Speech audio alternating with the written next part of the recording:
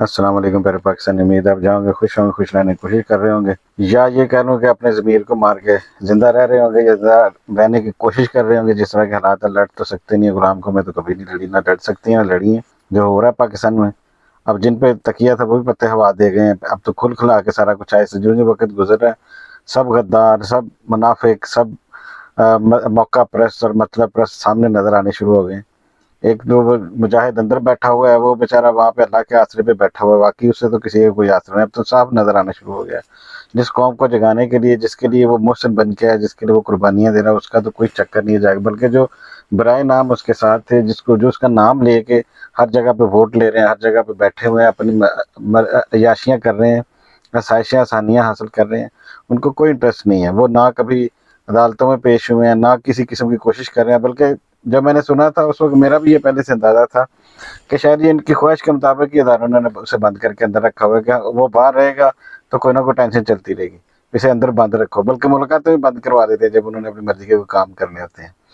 یہ سارے لالی پاپ دے کے لگے ہوئے ہیں۔ اس کے اپنے رشتہ دار، یعنی کہ اس کی بہنیں عمران خان کی، اور اس کے باقی جو کوئی رشتہ دار ہیں یا اس سے کوئی ہمدردی رکھنے والے، یا جو میرے جیسے سر پھرے اس کے بارے میں بات کرتے ہیں، کوئی ٹویٹر پہ لکھتے ہیں،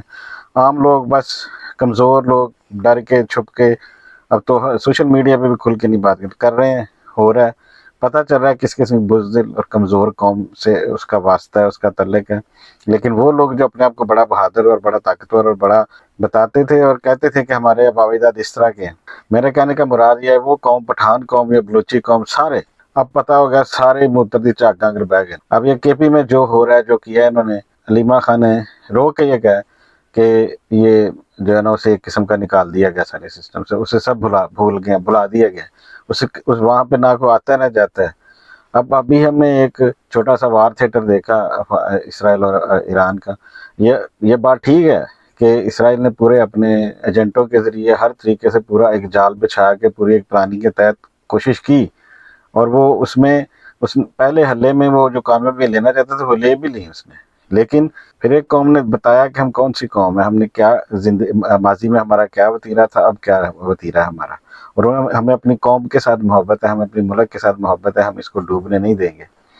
بازار ساری دنیا میں سے کسی نے اس کا ساتھ نہیں دیا، مسلمانوں کو تو بھولے جاؤ، تو سارے منافق اور غدار ہو گئے۔ اب تو یہ برائے نام اس دور سے بھی آگے گزر گئے ہیں جن کی پیشگوئیاں تھیں کہ اس قوم کے جو یہ سارے سربراہ اور ہر جگہ پہ ساری قومیں، نہ ملکوں میں احتجاج ہوئے، نہ یہ ہوتا ہے نا کہ قوم ہی کہیں احتجاج کرے، لوگ ہی نکلیں، لیکن کسی ملک میں کوئی لوگ نہیں باہر نکلے۔ حکمران تو پتہ پہلے سے بے منافق ہے، ہر جگہ پہ فیلڈنگ سیٹ کی گئی ہے،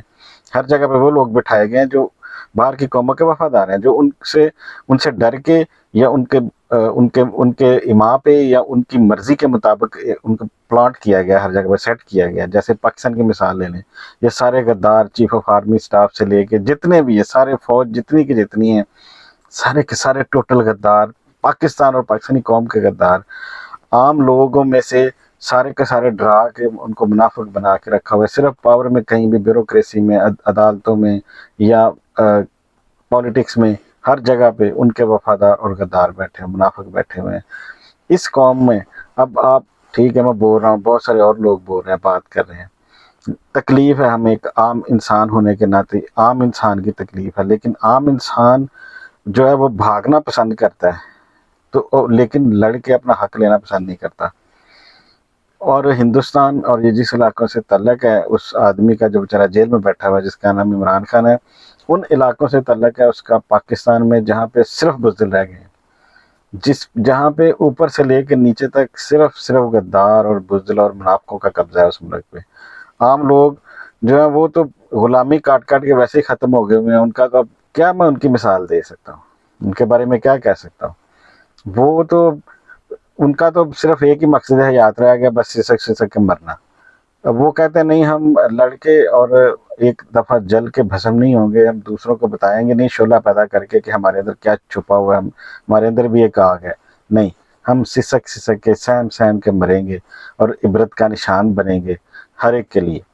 اور کبھی ہم بہادری نہیں کریں گے، کبھی بہادری نہیں دکھائیں گے۔ 25-26 کروڑ کا ملک اور سہ کے مر رہے ہیں ان غدار۔ اب ٹوٹل ثابت ہو چکا ہے کہ فوج کے سارے جو اوپر جنرل بیٹھے ہیں ایون نیچے تک سب غدار ہیں،